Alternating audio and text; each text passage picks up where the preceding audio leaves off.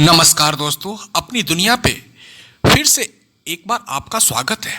Please subscribe जरूर करें, like करें और अपने दोस्तों के बीच शेयर करें। चलिए आज हम अपने टॉपिक की शुरुआत करते हैं। जैसा कि मैंने अपने पिछले वीडियो में ही कहा था, यह बांग्लादेश में जो उपद्रव हुआ है और शेख हसीना को हटाया गया है, यह एकाएक नहीं हुआ है। इसके पीछे गहरी साजिश है और वो साजिश किसी और की नहीं, अमेरिका की है। इस बात का अब स्पष्ट प्रमाण मिलने लगे हैं। जी हां, जिस मकसद से अमेरिका ने वहां से शेख हसीना को हटाया था, उसके प्रमाण अब मिलने लगे हैं। एक अखबार का दावा है कि जिस सेंट मार्टिन आइलैंड के लिए अमेरिका कब से प्रयास कर रहा था बांग्लादेश से, उसके लिए अब उसे अनुमति धीरे धीरे मिलने ही लगी है। जी हां, हम बात कर रहे हैं ये सेंट मार्टिन आइलैंड, जो म्यांमार के रखाइन प्रांत और बांग्लादेश के दक्षिण की ओर है। वहां अमेरिका अपना एक नेवल बेस बनाना चाहता था, जिससे वह चीन की निगरानी कर सके और हिंद महासागर में अपने प्रभुत्व को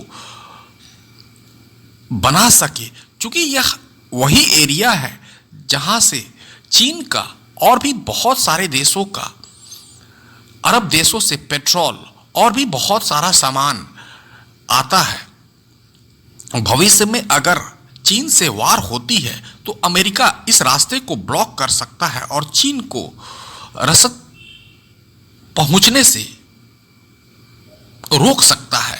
जी हां, इसी मकसद से वह सेंट मार्टिन आइलैंड के लिए बहुत दिनों से प्रयास कर रहा था,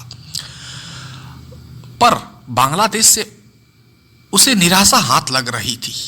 अंत में वही हुआ जिस शेख हसीना ने सेंट मार्टिन आइलैंड देने से मना किया, उसे हटा दिया गया।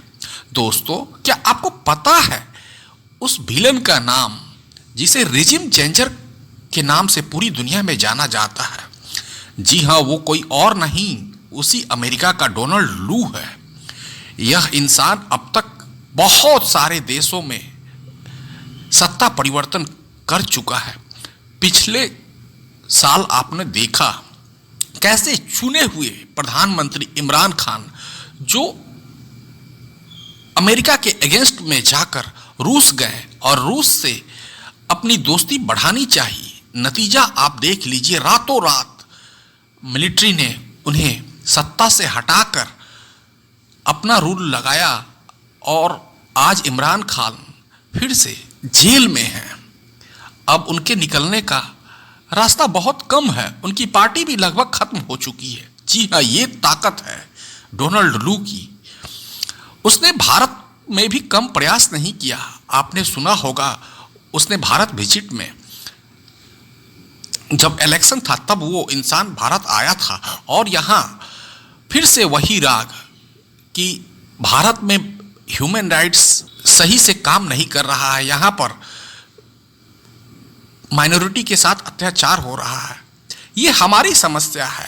हम जानते हैं कि डोनाल्ड लू कौन होता है, भारत के आंतरिक मामलों में दखल देने वाला। उसने बहुत प्रयास किया कि यहाँ जो चुनी हुई सरकार है नरेंद्र मोदी की, उसे बेदखल किया जाए, पर उसे सफलता नहीं मिली। अभी भी वह प्रयास कर रहा है कि किसी तरह इस सरकार को हटा दिया जाए, पर अभी तक उसे सफलता नहीं मिली। अब सुनने में ये आ रहा है कि जिस सेंट मार्टिन आइलैंड के लिए अमेरिका इंतजार कर रहा था, सरकार बदलते ही उसे यह आइलैंड मिलने वाला है। उसकी प्रक्रिया अब शुरू हो गई है। अगर ऐसा होता है तो निश्चित ही ये एक भारत के लिए बहुत ही चिंताजनक बात होगा, क्योंकि भारत का अब तक हिंद महासागर में एक तरफा कब्जा था।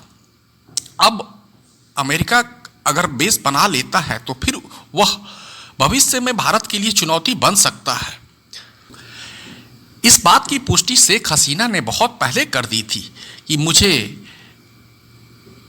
क्यों हटाया गया। अगर मैं सेंट मार्टिन आइलैंड अमेरिका को दे देती तो आज मैं वहीं रहती, बांग्लादेश की प्रधानमंत्री बनी रहती। उस प्रदर्शन के पीछे, उस आर्मी एक्शन के पीछे जी हाँ, कहीं ना कहीं अमेरिका के इसी डोनाल्ड लू का हाथ था।